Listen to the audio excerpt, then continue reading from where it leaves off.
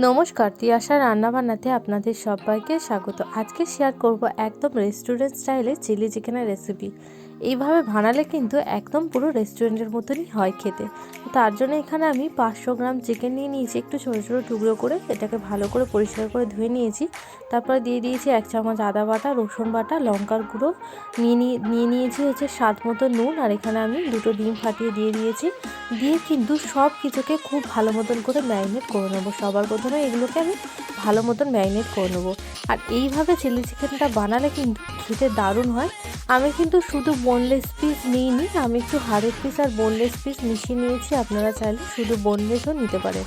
তারপরে এখানে দিয়ে দিলাম 4 চামচ মতন কর্নফ্লাওয়ার, আর দিয়ে দিলাম 2 চামচ মতন ময়দা, আর 1 চামচ মতন সয়া সস দিয়ে কিন্তু খুব ভালো মতন করে এবার এগুলোকে মিশিয়ে নেব।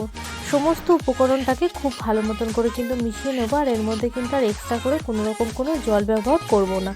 তারপর গ্যাস অন করে কড়া বসিয়ে পরিমাণ মতন সাদা তেল দিয়ে, তেলটা গরম হয়ে গেলে তারপর পকোড়াগুলো এর মধ্যে দিয়ে দেবো। দিয়ে কিন্তু উল্টে পাল্টে একদম গোল্ডেন ব্রাউন কালার করে কিন্তু ভেজে নেব।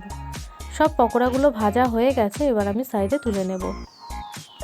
এবার ওই তেলের মধ্যে দিয়ে দিলাম 4-5 কোয়া মতন রসুনকে একটু ছোটো ছোটো টুকরো করে নিয়েছিলাম রসুনটা। তারপরে এখানে দিয়ে দিলাম, এখানে মোট 6টা পেঁয়াজ আছে। পেঁয়াজকে আমি কিউব কিউব করে কেটে নিয়েছিলাম একটু মোটা মোটা করে। তো পেঁয়াজটা দিয়ে ভাজা ভাজা করে নেব।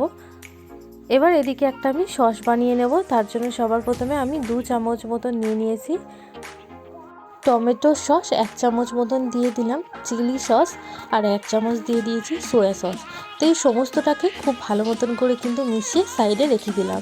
এবার ওই পেঁয়াজের মধ্যে আমি দিয়ে দিলাম 2টো চেরা কাঁচা লঙ্কা। ঝালটা কিন্তু আপনারা কম বেশি করতে পারেন, যে যতটা পরিমাণে ঝাল খান সেই অনুযায়ী এখানে ঝাল অ্যাড করে দেবেন। তারপর পেঁয়াজটা হালকা একটু ভাজা ভাজা হয়ে গেলে এর মধ্যে দিয়ে দিলাম 2টো মিডিয়াম সাইজের ক্যাপসিকামকে একটু বড় বড় টুকরো করে কেটে নিয়েছিলাম কিউব করে। তো ক্যাপসিকামটা এর মধ্যে অ্যাড করে দিলাম। দিয়ে এবার স্বাদ মতন নুন দিয়ে এটাকে খুব ভালো মতন করে ভাজা ভাজা করে নেব।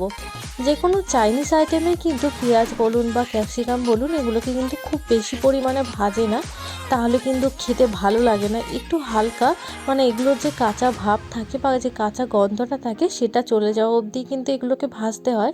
তারপরে কিন্তু আমি এখানে যে সসটা বানিয়ে রেখেছিলাম সেই সসের মিশ্রণটা এর মধ্যে অ্যাড করে দিলাম।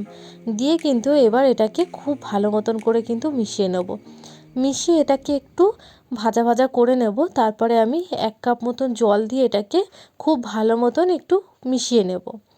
এইভাবে চিলি চিকেনটা বানালে কিন্তু খেতে একদম রেস্টুরেন্ট স্টাইলের হয় আর দুর্দান্ত স্বাদের হয়। তারপরে আমি স্বাদ মতন একটু সামান্য চিনি দিয়েছি, যাতে খুব সুন্দর এটা ব্যালেন্স হয়। এবার একটা বাটির মধ্যে হাফ বাটি মতন জল আর 2 চামচ কর্নফ্লাওয়ার দিয়ে এটাকে গুলিয়ে নিয়ে এই গ্রেভিটার মধ্যে দিয়ে দিলাম, যাতে খুব সুন্দর গ্রেভিটার একটা থিকনেস আসে আর কালারটাও যাতে সুন্দর আসে। তারপর ভেজে রাখা চিকেন পকোড়াগুলো কিন্তু এর মধ্যে দিয়ে দিলাম।